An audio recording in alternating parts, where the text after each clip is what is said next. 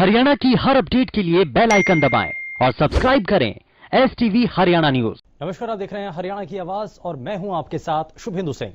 नए कृषि कानूनों के खिलाफ किसान आंदोलनरत हैं और अपनी मांगों को लेकर लंबे वक्त से मोर्चे पर डटे किसानों ने KMP KGP को अगले 24 घंटे तक के लिए जाम कर दिया। किसानों के हाईवे जाम को देखते हुए प्रशासन अलर्ट है। जगह जगह पर सुरक्षा बलों की कंपनियों को तैनात कर दिया गया। KMP KGP हाईवे पर देश का किसान और देश का जवान आमने सामने है, लेकिन कृषि कानूनों को लेकर ना तो किसान पीछे हट रहे हैं और ना ही केंद्र सरकार झुकने को तैयार है। ऐसे में KMP का नजारा किसी युद्ध की तैयारी के मैदान से ज्यादा अलग दिखाई नहीं दे रहा है, लेकिन ये हम आपको तस्वीरें और भी दिखाएंगे। लेकिन उससे पहले बड़ी खबर का रुख कर रहे हैं। बड़ी खबर फरीदाबाद से, जहां NIT इलाके के औचक निरीक्षण पर CM मनोहर लाल, जहां पर मुख्यमंत्री ने शहर के अलग अलग इलाकों का औचक निरीक्षण किया और इस दौरान वो निरीक्षण कर रहे हैं। साथ ही डबुआ मंडी, वर्ल्ड पूल वाली सड़क, हार्डवेयर रोड समेत कई इलाकों का निरीक्षण किया गया है। प्रशासन के तमाम आला अधिकारी मुख्यमंत्री के साथ इस वक्त मौजूद हैं। फरीदाबाद, ओल्ड फरीदाबाद के कई इलाकों का निरीक्षण किया गया। राजेंद्र दहिया हमारे संवाददाता ज्यादा जानकारी के साथ जुड़ चुके हैं। राजेंद्र, क्या अभी तक जानकारी है? देखिए, बिल्कुल मैं आपको बता दूं, आज जो मुख्यमंत्री है बिल्कुल एक्शन में दिखाई दी है। पूरे फरीदाबाद का खुद जो है यहाँ पर औचक निरीक्षण किया है। तमाम जो सड़कें हैं, जो टूटी पड़ी सड़कें हैं, उनसे अपने पूरा जो काफिला है वो वहां से गुजरा और कहीं न कहीं कोई बड़ा निर्णय आज हो सकता है, क्योंकि पहले से ही नगर निगम में 200 करोड़ रुपए का घोटाले का मामला जो जोर पकड़ रहा है। तो कहीं न कहीं माना जा रहा है कि जिस तरीके से आज अचानक से दौरा किया गया पूरे फरीदाबाद का, एक एक सड़कों को बड़े बारीकी से यहाँ पर निरीक्षण किया गया और जो चर्चित रोड था हार्डवेयर चौक, जिस पर पिछले कई दिनों से धरने पर भी बैठे थे, हालांकि कल वो धरना खत्म करवा दिया गया था, लेकिन वहां भी उन्होंने जो निरीक्षण किया तो कहीं ना कहीं बड़ा निर्णय आज मुख्यमंत्री की तरफ से हो सकता है। जी, लेकिन इस दौरान औचक निरीक्षण किया गया, कई जगहों पर कुछ खामियां पाई गई, कुछ कमियां देखने को मिली। डबुआ मंडी हो, हार्डवेयर रोड समेत तमाम जो कई इलाके हैं वहां का निरीक्षण किया गया। क्या देखा मुख्यमंत्री ने और इस पर एक्शन की बात भी है क्या? जी बिल्कुल, कुछ भी जो निर्णय इस पर बड़ा लिया जा सकता है, क्योंकि जिस तरीके से आज बिना बताए जो है एकदम से जो उनकी तरफ से आदेश आए कि भाई पूरे शहर में वो घूमेंगे और तमाम काफिला उनके पीछे पीछे रहा और उनकी गाड़ी सबसे आगे रही और जिधर उन्होंने कहा उधर की तरफ ही गाड़ियां चलाई गई। तो कहीं ना कहीं उन्होंने आज ये एक बात तय कर दी है कि मुख्यमंत्री ये चाहते हैं कि फरीदाबाद का विकास अच्छे से हो और फरीदाबाद को काफी अच्छे से डेवलप किया जाना चाहिए। तो उसको लेकर ही आज ये दौरा जो है बहुत मुख्य माना जा रहा है, क्योंकि आज जिस तरीके से पहली फरीदाबाद की FMDA की जो बैठक यहाँ पर हुई है तो उसको लेकर एक बड़ा निर्णय माना जा सकता है और ये आने वाले वक्त में इसका जो है लोगों के सामने उदाहरण भी पेश होगा। और आज जिस तरीके से ये जो दौरा इन्होंने किया तो इसका क्या प्रभाव पड़ता है, आपसे कुछ ही देर में पत्रकारों से भी रूबरू होने वाले हैं CM। बिल्कुल राजेंद्र, 2 बजे का इससे पहले तक समय था, मुख्यमंत्री मनोहर लाल जो है संबोधित करते, लेकिन अब समय में परिवर्तन हो चुका है। लगभग 4 बजे से ज्यादा का समय हो चुका है, तो अभी क्या समय निर्धारित किया गया है, कुछ साफ है? देखिए, बिल्कुल पत्रकारों के बीच लगभग पहुंच गए हैं, क्योंकि गोल्फ क्लब में पहुंच चुके हैं मुख्यमंत्री और तमाम पत्रकार उनका इंतजार कर रहे हैं। कभी भी पत्रकार वार्ता में पहुंच सकते हैं, तो एक निर्णय हो सकता है। अंदर शायद जो और अन्य मंत्री या विधायक उनके साथ गुफ्तगू चल रही है अंदर, और उसके बाद जैसे ही सीधे यहाँ पर आते हैं तो पता चलेगा कि आखिर इस दौरे का मुख्य उद्देश्य क्या था। ठीक है, बहुत शुक्रिया राजेंद्र, इस पर आप नजर बनाए रखें। लेकिन NIT इलाके के औचक निरीक्षण पर मुख्यमंत्री मनोहर लाल, जहां पर शहर के अलग अलग इलाकों का औचक निरीक्षण किया गया, साथ ही साथ देखा गया कि क्या व्यवस्थाएं हैं। वहीं डबुआ मंडी हो, हार्डवेयर रोड समेत तमाम जो कई इलाके हैं वहां का निरीक्षण किया गया।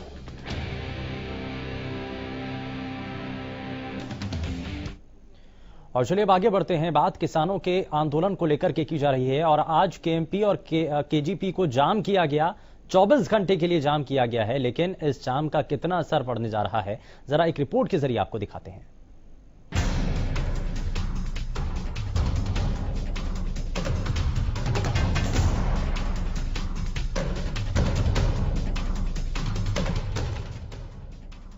कृषि कानूनों के खिलाफ 4 महीने से भी ज्यादा वक्त से प्रदर्शन कर रहे किसानों ने 24 घंटे के लिए KMP KGP हाईवे को जाम कर दिया है। इसके तहत किसान KMP में अलग अलग जगहों पर उतर चुके हैं और सरकार से नए कृषि कानूनों को रद्द करने की मांग को दोहरा रहे हैं। आंदोलन के लिए किसानों ने सड़क के बीचों बीच मंच लगा दिया है, तो दूसरी ओर प्रशासन ने भी अपनी मुस्तैदी दिखाई है। संयुक्त मोर्चा के आह्वान के बाद किसानों ने कुंडली मानेसर पलवल एक्सप्रेस वे को बंद कर दिया है। 24 घंटे तक किसान यहां पर बैठे रहेंगे। इस वक्त मैं मांडोठी टोल के पास हूं, केएमपी पर, जहां से मानेसर की तरफ आगे बढ़ा जाता है। आप देखिए सड़क के बीचों बीच किसान बैठ गए हैं और सड़क के बीच में ही किसानों ने स्टेज लगा दी है। किसान ये ऐलान कर चुके हैं कि जब तक तीनों कृषि कानूनों को रद्द नहीं किया जाएगा तब तक किसानों का ये आंदोलन भी लगातार आगे बढ़ता रहेगा। ये देखिए किसानों ने सड़क के बीच में ही स्टेज लगा दी है। जो स्टेज टीकरी बॉर्डर पर लगती थी, जो स्टेज पगुड़ा चौक पर लगती थी, आज वही स्टेज केएमपी पर लग रही है। ये जो केएमपी का फ्लाईओवर है ये बहादुरगढ़ की तरफ निकलते हैं, उसके नीचे देखिए महिलाएं भी बैठी हुई हैं। किसानों के केएमपी केजीपी जाम ऐलान के बाद सुरक्षा को देखते हुए पुलिस प्रशासन ने केएमपी केजीपी पर पुख्ता सुरक्षा व्यवस्था की है। 24 घंटे केएमपी केजीपी जाम के दौरान सुरक्षा बलों की 20 कंपनियां तैनात रहेंगी। इनमें केंद्रीय सशस्त्र बल की 12 और पुलिस की 8 कंपनियां शामिल है। इन कंपनियों की जिम्मेदारी 6 डीसीपी और 17 इंस्पेक्टर को दी गई है। साथ ही निर्देश दिए गए हैं कि केएमपी जाम के दौरान कानून व्यवस्था बिगाड़ने वालों पर शिकंजा कसा जाए। आम लोगों को भी केएमपी केजीपी की तरफ नहीं जाने की सलाह दी गई है। राई, कुंडली और खरखौदा थाना में सुरक्षा टीम बनाई गई है और सुरक्षा के लिए 16 जगहों पर पुलिस ने नाके लगाए हैं। कृषि कानूनों के खिलाफ किसानों के आंदोलन और 24 घंटे के लिए केएमपी केजीपी जाम को देखते हुए सोनीपत में पुलिस मुस्तैद है। किसानों के ऐलान के बाद से ही सोनीपत पुलिस ने ट्रैफिक एडवाइजरी जारी की है और वाहन चालकों की सुविधा के लिए पुलिस ने कई रूट डाइवर्ट कर दिए हैं।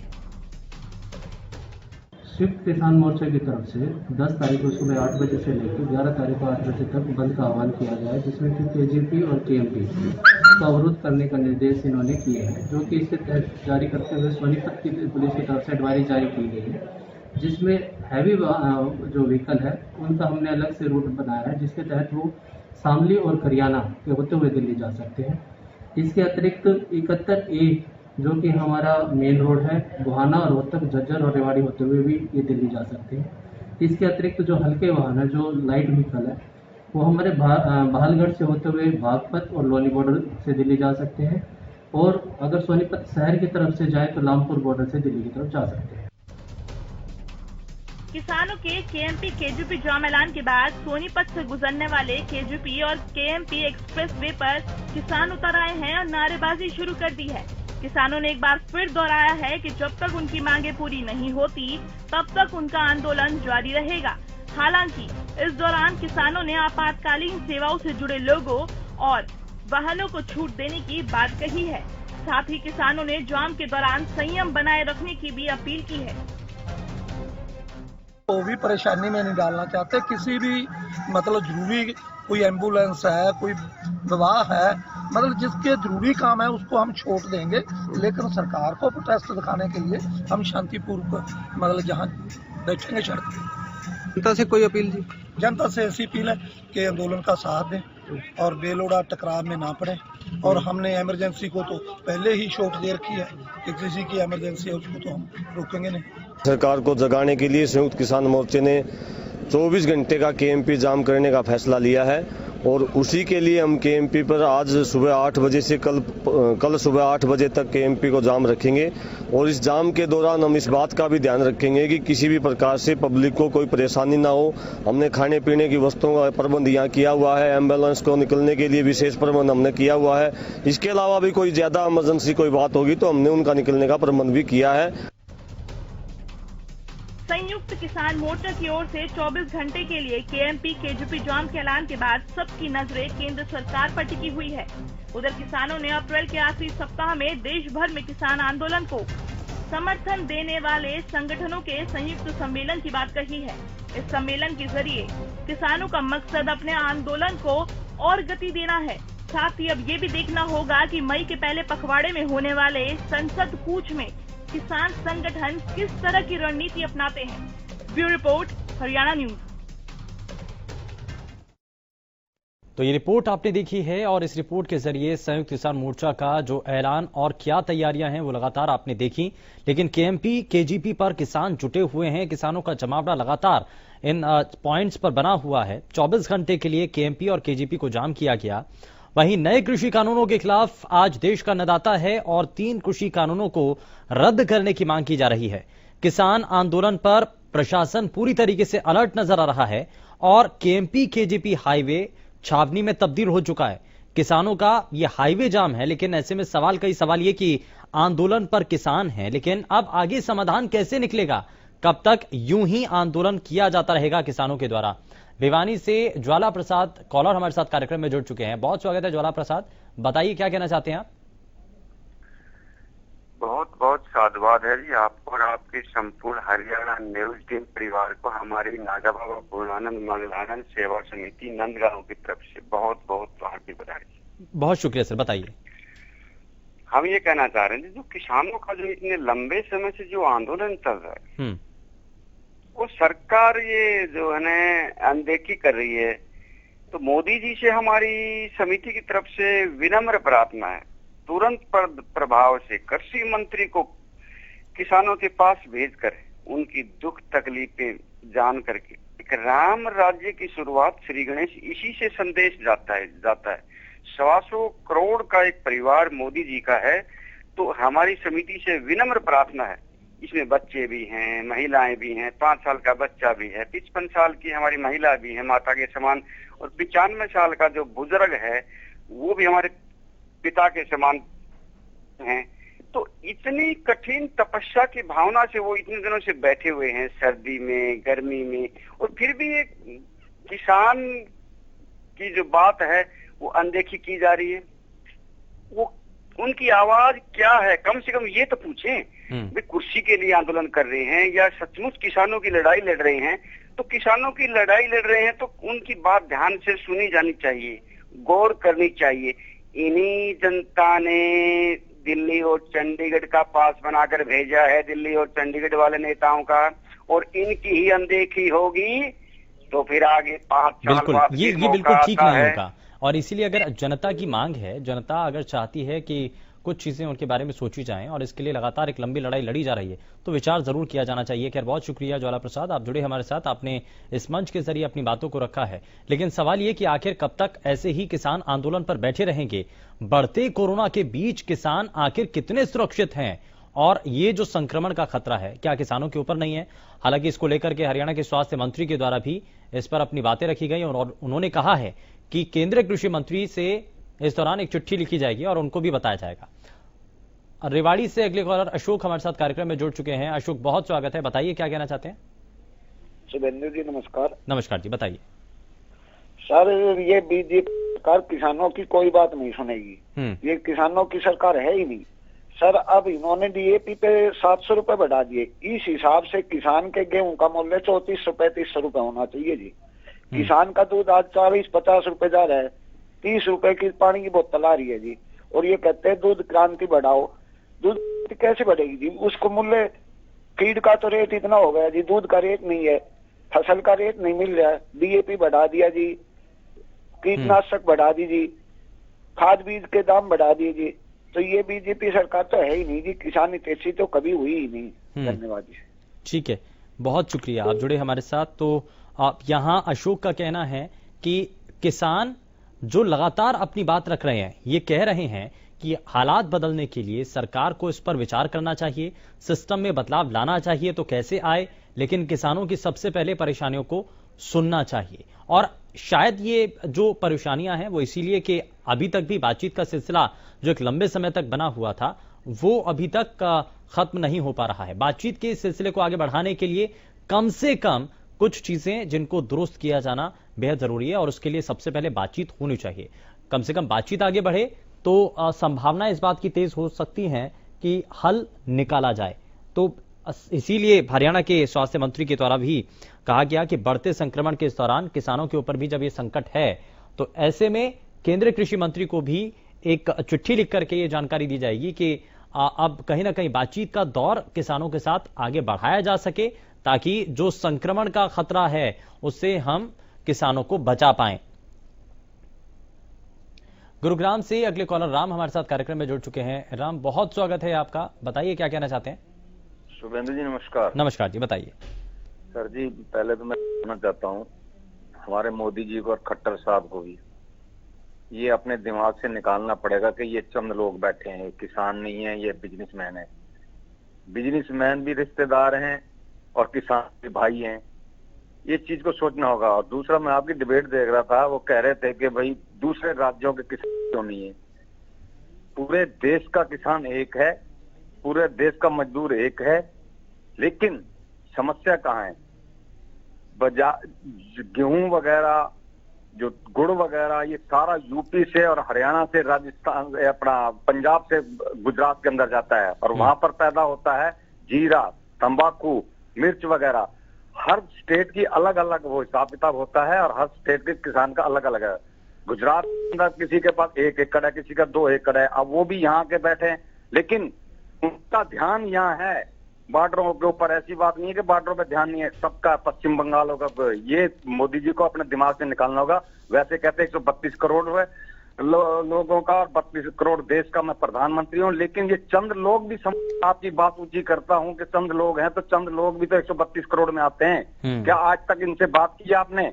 जो आप मतलब इतनी बड़ी बड़ी बातें करते हैं, ममता दीदी, ममता बेगम, बता ऐसे शब्दों को बताओ प्रधानमंत्री जी ऐसे विचार रखेंगे? उसके बाद एक पत्रकार गृह मंत्री से पूछता क्वेश्चन, तो वो गृह मंत्री जी कहते हैं कि भाई ये मुझे पता है किसका प्रश्न है, ये बताओ। इसको लोकतंत्र कहते हैं क्या? या इसका मतलब है कि चुनाव आयोग कहता है? ये सारी चीजें सोचनी होगी। प्रधानमंत्री जी अपने अहंकार में ना आए और इन किसानों की सुने और इनके कानून को वापस लेके उसके बाद उस कानून के बारे में विचार करें। धन्यवाद। ठीक है, ठीक है, बहुत शुक्रिया राम, आप जुड़े हमारे साथ, आपने अपनी बातें रखी हैं और लगातार इस मंच के जरिए आप सभी अपनी अपनी बातों को साझा कर रहे हैं, बता रहे हैं कि क्या आप इस विषय पर कहना चाहते हैं। और हरियाणा प्रदेश से खास करके ये विषय जुड़ा हुआ है, क्योंकि न सिर्फ आंदोलन इस वक्त हरियाणा से लगती हुई सीमाओं पर चल रहा है, बल्कि जो हरियाणा के किसान हैं वो भी इसमें शामिल हैं। और किसानों की जो भूमिकाएं हैं वो अलग अलग संगठनों के जरिए भी सामने आ रही हैं, चाहे वो खापे हों या अलग अलग दूसरे संगठन हों, वो सभी किसानों के इस मूवमेंट को अपना साथ देते हुए नजर आए। इससे पहले भी हमने देखा कि जब अलग अलग संगठन किसान मूवमेंट में अपना सहयोग करते हुए नजर आए और उन्होंने लगातार इसको आगे बढ़ाने के लिए अपना सहयोग देने की बात भी की। लेकिन अब वहीं जब ये संगठन साथ दे रहे हैं, किसान आंदोलन आगे बढ़ रहा है, तो अब संयुक्त किसान मोर्चा की तरफ से भी आज केएमपी और केजीपी पर 24 घंटे के लिए जाम का ऐलान किया गया है। इससे जुड़ी लगातार हम आपको तस्वीरें भी दिखा रहे हैं। लेकिन इस जाम से क्या असर होगा, इस जाम का असर सरकार के ऊपर क्या पड़ने जा रहा है? क्या सरकार अब नए सिरे से बातचीत के दरवाजे खोलेगी? और क्योंकि एक तरफ सरकार भी कह रही है कि हम बातचीत के लिए तैयार हैं और दूसरी तरफ किसान भी कह रहा है कि हम भी बातचीत के लिए तैयार हैं, तो आखिर अवरोध कहां है? रेवाड़ी से समुद्र सिंह हमारे साथ अगले कॉलर कार्यक्रम में है। समुद्र जी, बहुत स्वागत है, बताइए क्या कहना चाहते हैं। सर, मैं बताना चाह रहा हूँ कि सरकार जो है ना, ये किसान को किसान नहीं रहने देना चाहती है जी, पूंजीपतियों के हाथ बेचना चाहती है और किसान को मजदूर बनाना चाहती है, जो सरकार की मंशा कभी पूरी नहीं होगी। सरकार को ये मन से निकालना पड़ेगा, क्योंकि सरकार नहीं चाहती कि किसान अपनी जमीन का मालिक बना रहे, वो सरकार मजदूर बनाना चाह रही किसान को, और ये कभी भी सरकार की मनोकामना पूरी नहीं होगी। रही बात जो इनका घमंड है ना, वो इस सरकार को और इस देश को भी लेकर बैठा कर युद्ध की स्थिति पैदा करने जा रही है सरकार। ऐसा माहौल तैयार कर दिया सरकार ने इस देश के अंदर, जात पात धर्म के नाम पर। इसके अलावा सरकार के पास विकास के नाम की कोई चीज नहीं है। आज डीएपी कहाँ पहुंचा दिया और फिर बोल रहे सब्सिडी खत्म कर दिया, ऐसे ही खादी कर देंगे। क्या होगा इससे? देश बर्बाद होगा, किसान बर्बाद हो गया, देश बर्बाद हो गया, तो लक्ष्य मत बात है जी। तो सरकार को सोचना चाहिए किसान क्या चाह रहा है। ठीक है, किसान क्या चाह रहा है ये सरकार को सोचना चाहिए। बहुत शुक्रिया समुद्र सिंह, आप जुड़े हमारे साथ कार्यक्रम में और आपने अपनी बातें रखी हैं। लेकिन सबसे पहले सरकार को ये सोचना चाहिए, ये विचार करना होगा कि आखिर किसान चाहते क्या हैं। किसान जब एक लंबे समय तक अपने इस आंदोलन को बनाए हुए हैं और इस आंदोलन के जरिए सरकार तक अपनी बात पहुंचाना चाहते हैं, और इसमें कुछ आशंकाएं भी हैं, कुछ डर भी है, अपनी जमीन जाने का डर है, और बार बार इसको अलग अलग मंचों के जरिए कहा जाता रहा है। एक डर ये भी है कि कहीं मंडी सिस्टम तो खत्म नहीं हो जाएगा, जो पैरेलल तरीके से प्राइवेट मंडियां खोलने की बात है और खरीद की बात है, तो कहीं सरकारी सिस्टम जो है वो प्रभावित ना हो जाए। नरबीर अगले कॉलर हमारे साथ कार्यक्रम में जुड़ चुके हैं। बहुत स्वागत है नरबीर, बताइए क्या कहना चाहते हैं। हेलो जी, बहुत स्वागत है, बताइए। नमस्कार जी। नमस्कार जी, बताइए। हम तो यह कहना चाहेंगे जल्द से जल्द किसानों की बात सुननी चाहिए जी, बहुत लंबा टाइम हो गया है। हाँ। बूढ़े किसान, बच्चे, जवान सभी बरान हो रहे हैं। जिस किसान को जल्द से जल्द किसानों की बात माननी चाहिए जी। हाँ। हमारी तो यही इच्छा है जी।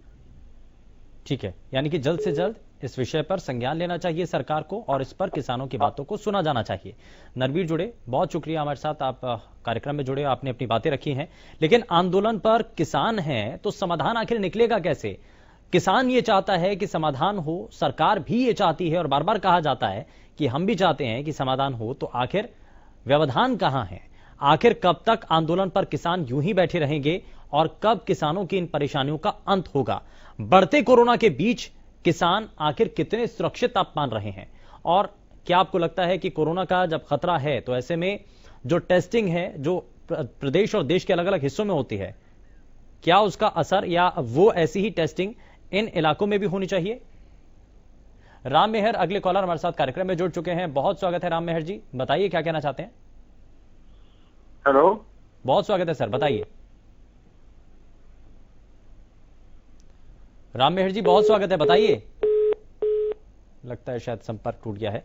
लेकिन क्या जो लगातार अब जाम भी किया जा रहा है, केएमपी और केजीपी को बंद किया गया है, जाम कर दिया गया है, क्या इससे समाधान होगा? और नए कृषि कानूनों पर आखिर बात कैसे बनेगी? क्योंकि कोर्ट के द्वारा भी इस पर नजर बनाई गई, कोर्ट के अंदर भी जब इस पूरे मामले को लेकर के एक कमेटी तैयार की गई, हालांकि एक शख्स जिन्होंने इस कमेटी से अपनी दूरी बना ली और यह कह दिया गया कि इस कमेटी की तरफ से जो जिन लोगों को शामिल किया गया इस कमेटी के अंदर, वो पहले से ही इन कानूनों की पैरवी करते रहे हैं, इन कानूनों के समर्थन में हैं। तो आखिर अगर वो इस पर नजर बनाते हैं या इस कमेटी का संचालन करते हैं, वो अगर रिपोर्ट अपनी सिफारिशें भेजेंगे तो कहीं ना कहीं वो प्रभावित होती हुई नजर आएगी पूरी रिपोर्ट। तो इसी को लेकर के किसान भी उस कमेटी के समक्ष नहीं पहुंचे। लेकिन क्या अब जाम करने से कोई फैसला बदल सकता है? क्या जाम करने से या इसी तरीके से जो अपनी रणनीति बनाकर के किसान आगे बढ़ रहे हैं, इसका कितना असर सरकार के साथ होने वाली बातचीत पर पड़ता हुआ आप देख पा रहे हैं? ये इस मंच के जरिए आप जुड़ करके बता सकते हैं। नफे सिंह अगले कॉलर हमारे साथ कार्यक्रम में जुड़ चुके हैं। बहुत स्वागत है नफे जी, बताइए क्या कहना चाहते हैं।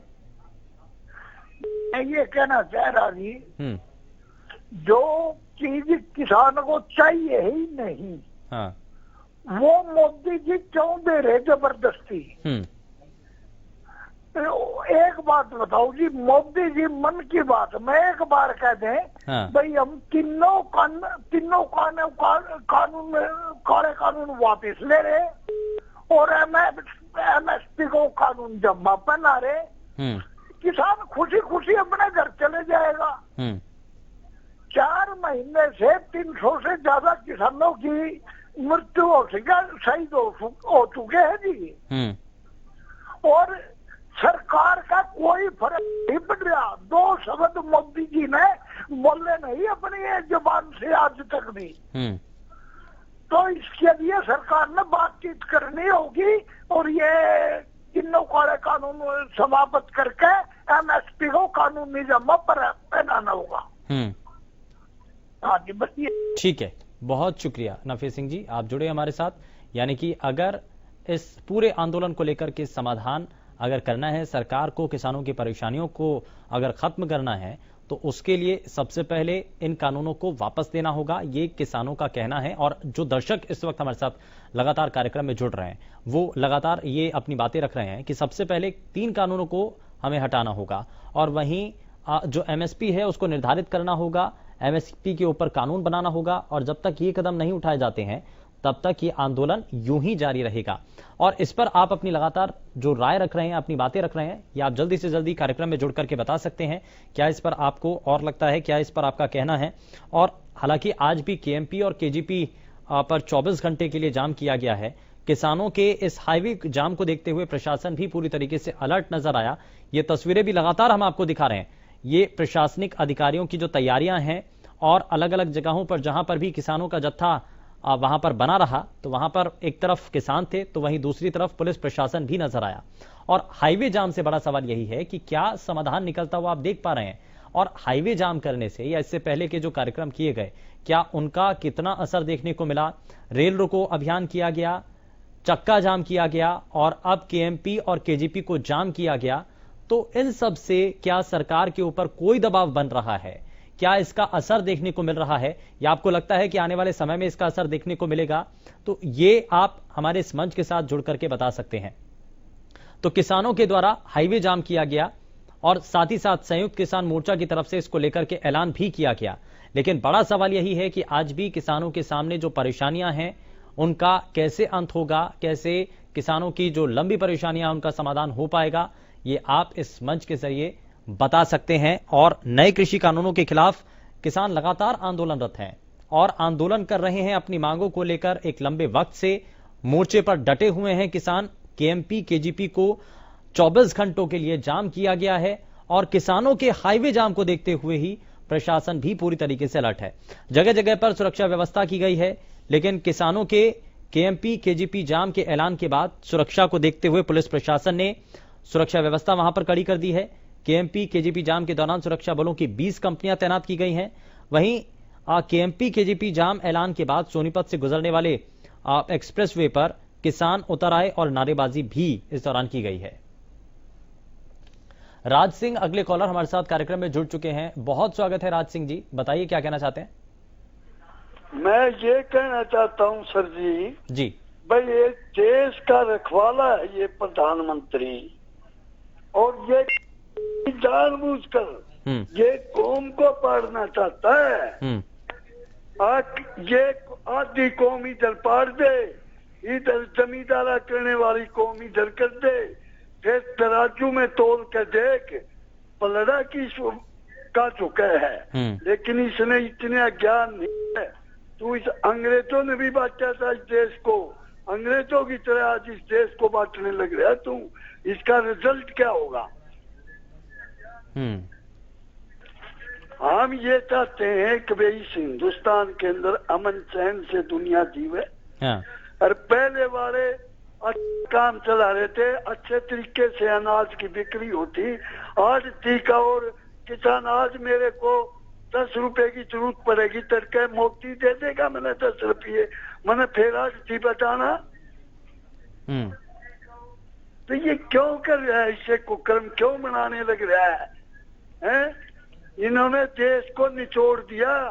लोग बात देखते हैं और जब इलेक्शन होगा उस दिन देखेंगे क्या करेगा ये। तो ये ममता का लठ मार लो, अब किसी का लठ मारो, इनकी मौत इनका राज है। गोली ये मारे नाम और किसी का ले। तो मेरा कहने का मतलब ये है भाई, देश का तू राजा है तो तेने प्रजा का ख्याल करना चाहिए।